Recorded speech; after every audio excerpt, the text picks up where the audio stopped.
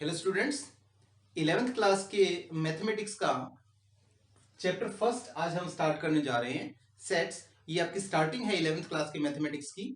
तो थोड़ा सा आप इस चीज का ध्यान रखें कि 10th क्लास में जो लेवल था आपके मैथ्स का, उससे थोड़ा सा हार्ड लेवल जरूर होगा यहाँ पर, लेकिन बहुत ज्यादा मुश्किल नहीं है। आप ये मान के चलिए कि किसी एक सीधी सड़क पे चलते चलते चलते चलते और एकदम से अगर कोई पुल या इस तरह की कोई चीज आती है, तो वहां जितना आपको थोड़ा सा एक्स्ट्रा जोर लगाना पड़ता है वो यहाँ आपको जरूर लगाना पड़ेगा, लेकिन मुश्किल बहुत ज्यादा नहीं है। और कुछ बच्चों के लिए दिक्कत ये हो सकती है कि वो पहले हिंदी मीडियम में रहे हों और अब क्योंकि मैथमेटिक्स आप 11th में इंग्लिश मीडियम में पढ़ रहे हैं, तो हो सकता है मीडियम की आपकी दिक्कत हो। तो वो हम अपने लेक्चर्स में थोड़ा सा कोशिश करेंगे कि जितने इंग्लिश के वर्ड्स हैं आपके लिए नए हो सकते हैं, तो उनको हम साथ साथ हिंदी में भी आपको जरूर बताएंगे। तो बच्चों, 11th क्लास में जो स्टार्टिंग हम करने जा रहे हैं मैथमेटिक्स की, वो हम चैप्टर 1 से स्टार्ट कर रहे हैं। चैप्टर का नाम है सेट्स। सेट्स एक्चुअली क्या है कि एक कॉमन सा वर्ड है सेट। कहते हैं कि इंग्लिश का ये जो वर्ड सेट है, ये एक ऐसा वर्ड है जिसके 100 से भी ज्यादा मीनिंग होते हैं। सेट वर्ड के बारे में ये एक बड़ी इंटरेस्टिंग बात है कि इसके 100 से भी ज्यादा मीनिंग होते हैं। तो हम उन 100 मीनिंग्स पे नहीं जाएंगे, हम मैथमेटिकल पॉइंट ऑफ व्यू से इसको देखेंगे कि सेट क्या है। देखिए, कॉमन जो बोलचाल है उसमें सेट शब्द हम काफी बार सुनते हैं। जैसे हमने एक वर्ड सुना सोफा सेट। सोफा सेट है, किचन सेट है, डिनर सेट है, इस प्रकार की चीजें। तो सेट का यहाँ पे अगर हम मीनिंग देखें कॉमन लैंग्वेज में, तो वो ये है कि जैसे हमने किचन सेट की बात की, तो किचन सेट में क्या है कि किचन में यूज होने वाली बहुत सारी चीजें। आपकी बुक्स का सेट हो सकता है जिसमें क्या है कि कुछ बुक्स हैं या साथ में कुछ नोटबुक हो गई, स्टेशनरी की आइटम्स हो गई, वो एक सेट बन गया। इसी प्रकार से अगर हम सोफा सेट की बात करें तो उसमें 2 या 3 पीस का एक सेट होता है। कुछ कोई पीस उसमें बड़ा होता है, कोई छोटा होता है। तो क्या हुआ कि कुछ चीजों को जब हम इकट्ठा कर लेते हैं तो उसका एक ग्रुप बन जाता है, एक कलेक्शन बन जाती है। और वही कलेक्शन जो है, उस कलेक्शन को हम यहां डिफाइन करेंगे सेट के रूप में। कलेक्शन ऑफ किसकी कलेक्शन? ऑब्जेक्ट्स की कलेक्शन। ऑब्जेक्ट्स यहां पर वस्तुएं भी हो सकती हैं और यहां पे इंसान भी हो सकते हैं, पशु पक्षी भी हो सकते हैं। एक जैसी प्रॉपर्टीज या एक जैसी दिखने वाली या एक ही ग्रुप से, एक ही क्लास से संबंधित कुछ चीजें या कुछ व्यक्ति, उनकी कलेक्शन को हम सेट कहेंगे। लेकिन यहां मैं एक और वर्ड जोड़ देता हूं, वेल डिफाइंड। वेल डिफाइंड का मतलब अच्छी प्रकार से डिफाइंड हो, सुपरिभाषित, अच्छी प्रकार से परिभाषित हो, ऐसी कलेक्शन। अब यहां इस वेल डिफाइंड का मीनिंग मैं आपको थोड़ा सा क्लियर करूं। जैसे हमने कोई कलेक्शन ली कि एक राइटर हुए हैं, जैसे मुंशी प्रेमचंद, आपकी बुक में एक एग्जांपल भी दिया हुआ है।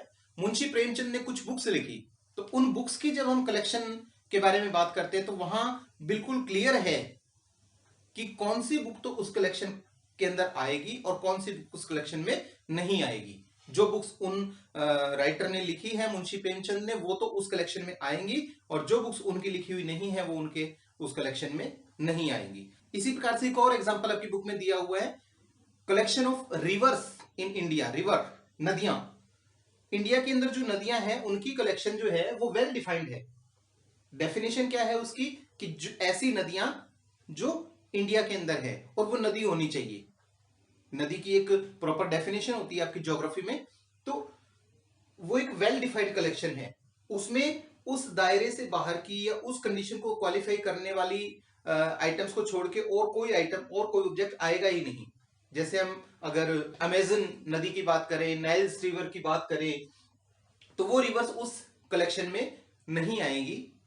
तो ये जो कलेक्शंस हैं ये वेल डिफाइंड कलेक्शंस हैं, तो इनको हम सेट बोलेंगे। Set of all rivers in India, set of all books written by Munshi Premchand. लेकिन एक और एग्जांपल लेते हैं हम। जैसे मैं यहां एग्जांपल देता हूं कि rich people of your city और विलेज।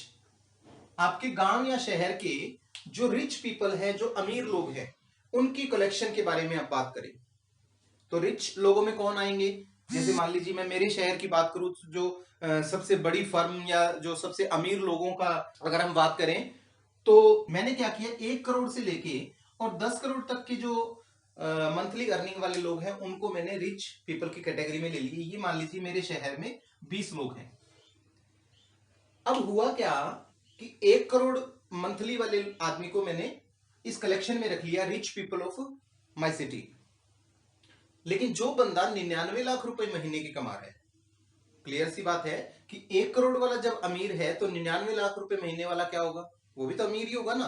99 वाले को अगर मैं इस कैटेगरी में ले लूं तो मेरी यहां से ये चीज चेंज होके 99 लाख या 90 लाख हो जाएगी। अब मेरे पास 80 लाख वाला आएगा, वो बोलेगा कि यार मैं भी तो अमीर हूं, 90 लाख वाला अमीर है तो 80 लाख वाला भी अमीर है। 80 वाला अमीर है तो फिर 70 वाला भी, 50 वाला भी, 20 वाला भी, 10 लाख महीने का वो भी अमीर है। और सीधी सी बात है कि अमीर लोगों की कैटेगरी में हम लगभग जो महीने की 1.5-2 लाख रुपए से इनकम ज्यादा होती है उनको तो मोस्टली हम ले ही लेते हैं। मान लीजिए मैंने इसको थोड़ा सा और बड़ा कर दिया, स्कोप को मैंने 1 लाख प्लस, 1 लाख से ऊपर जिनकी भी इनकम है, चाहे वो 10 करोड़ तक है, चाहे 12 करोड़, 50 करोड़, कितनी भी हो सकती है। मैंने 1 लाख से ऊपर वाले मान लीजिए शहर के 500 लोग छांट लिए। इन सब लोगों को मैंने बोला कि भाई ये अमीर लोगों का मैंने कलेक्शन ले लिया, अमीर लोगों का ये ग्रुप है। अभी हम सेट की बात नहीं कर रहे कि ये सेट है या नहीं, चेक करेंगे कि ये सेट है या नहीं है। मैंने सिर्फ ग्रुप की बात की है, अमीर लोगों का ग्रुप। तो अब ये जो 500 लोगों का ग्रुप है, इस ग्रुप में शामिल होने के लिए एक बंदा और आएगा मेरे पास। कौन? जो कहता है कि मेरी 99,000 मंथली इनकम है।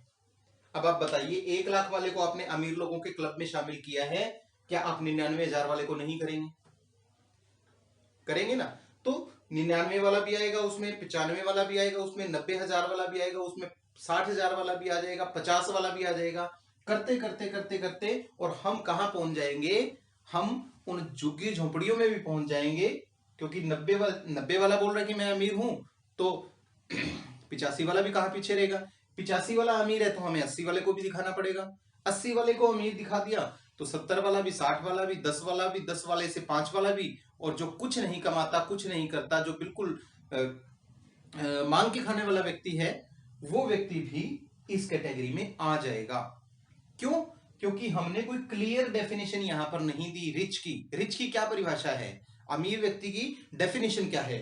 तो यहां ये जो ग्रुप हमने बनाया, rich people of my city, ये एक वेल डिफाइंड कलेक्शन या वेल डिफाइंड ग्रुप नहीं है, इसलिए हम इसको सेट नहीं कह सकते।